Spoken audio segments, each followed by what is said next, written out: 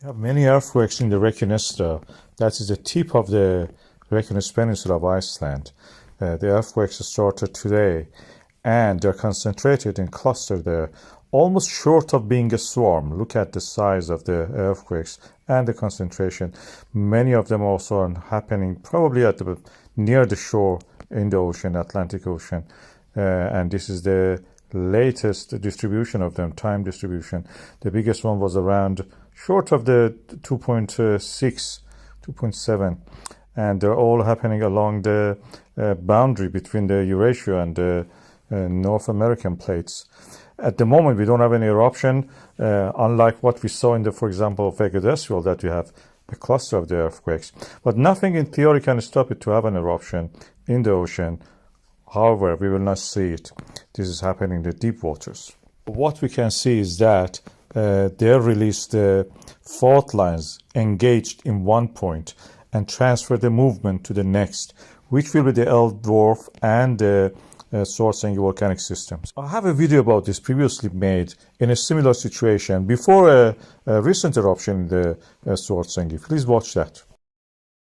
A cluster of the earthquakes has started in the Reykjanestá. That is the end point of the Reykjanes Peninsula, a peninsula in the Iceland which extends from the west to the east. And when we have the earthquakes in one location along that, usually it transfers to a series of strike-slip faults toward the east. We are lucky that the Reykjanes Peninsula is in that direction, longitudinal. That makes it very easy structurally to see how the earthquakes are transferred. This is a peninsula, as I mentioned. It has geothermal activity there. We have a geothermal power plant there. And past eruptions also have happened there, like many parts in the Iceland. Is Iceland created by these activities? When modern earthquakes happens in one location in the west, it gradually, through these transform faults and volcanic system, transfers toward the east. These are the strike-slip faults that practically we discovered the plate tectonics by studying them on the ocean floor by the magnetic stripes that we could see actually on our charts. And this has created these volcanic systems, we call them. They are kind of body-nature landscape of fault lines and rift valleys in the Iceland. And usually they start in the Reykjanes Ridge in the Atlantic Ocean. Then they move through this transfer of the strike-slip fault movements to accommodate the movement toward the Reykjanes Peninsula. This is where the earth crust is splitting. Atlantic Ocean was created in this way.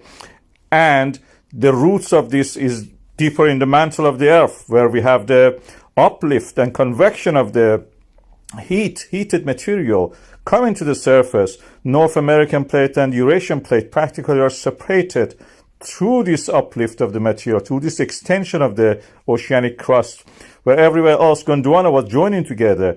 There we are splitting of the earth, and these are rooted deep in the core mantle boundary of the earth.